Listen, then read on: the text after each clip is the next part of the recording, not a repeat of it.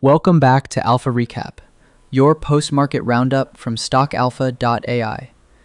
We're digging into the weekend briefs from Friday's session.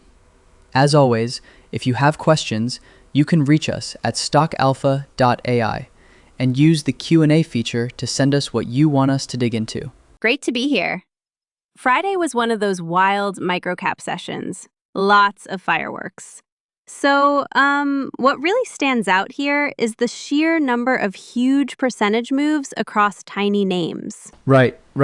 The loudest headline was one tiny company that exploded roughly 318% to about $12.79 on roughly 73 million shares.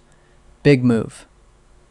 And several other small names doubled or jumped by 80+% on similarly massive volume. One rallied about 100% to around $6.36 on about 71 million shares. These were just single prints. Many were massive flows. But the story wasn't only rallies. We also saw steep plunges. One name fell about 52% to just over 50 cents on about 7 million shares, and another dropped nearly 47% to 30 cents on about 83 million shares. Not a great day for those holders. Yeah, that tracks. So, two big themes here: liquidity-driven repricings and tiny trade fireworks.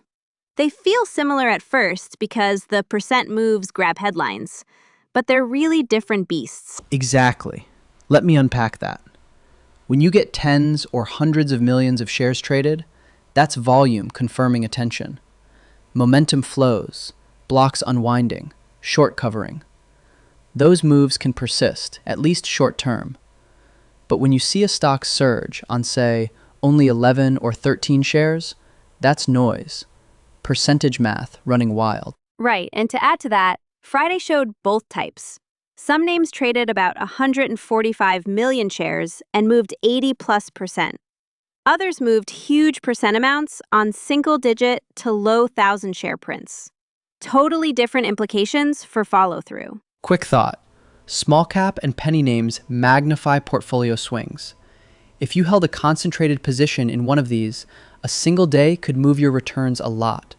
So risk management matters here. Absolutely. And remember, execution risk goes up with wider bid-ask spreads in these names. You might see a paper gain on a print and find it's much harder to exit at a similar price.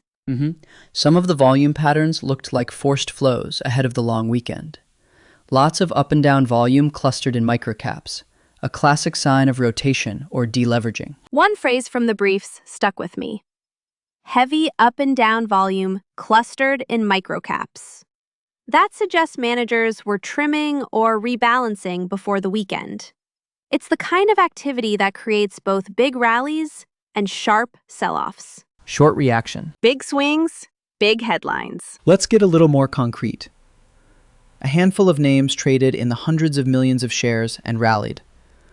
One moved about 43% on roughly 316 million shares. Huge turnover on an up day. Another small company jumped around 56% to $13.67 on about 18 million shares, and analysts tied that one to an AI or clean energy narrative. And on the downside, we saw names with deep selling. One name was down about 18% on roughly 285 million shares into the close. That kind of volume on the downside can indicate distribution or forced liquidation. Which brings up an important point. Volume precedes conviction. One big session with heavy volume can be the start of a trend, or it can be a one-day spike that reverses if volume dries up on the next session. Exactly. So what should listeners watch when the market reopens Monday, July 13th? Follow-through volume. If those heavy volume names see sustained liquidity, that's a stronger signal. If volume collapses and prices reverse, that's a sign the moves were transient. Also watch company filings and exchange notices. A lot of these shorts were just trades without obvious public catalysts. An 8K, a PR, or a regulatory filing can validate a move, or disprove the story. And check short interest and options flow. For the sharp rallies, rising options activity or falling short interest can amplify squeezes. For the big drops, Margin calls and forced selling can perpetuate weakness. Quick reaction. Watch the tape early Monday.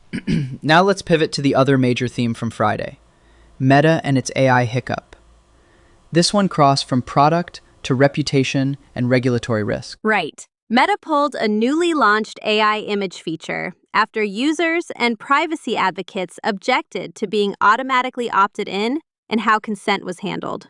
On top of that, Reuters reported flaws in Meta's image detector. It failed to catch some cropped AI images in tested cases. And the briefs cited detection figures like about 31%, about 14.6%, and essentially 0.02% across different examined cases.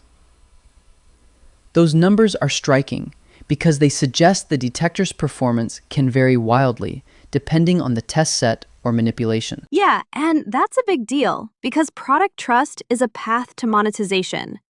If users and regulators doubt the reliability of AI tools, assumptions around ad engagement and per-user revenue could be questioned by analysts. Plus, automatic opt-in mechanics are a red flag for privacy watchdogs. That invites regulatory scrutiny and could slow future rollouts across the sector. Which connects back to market structure.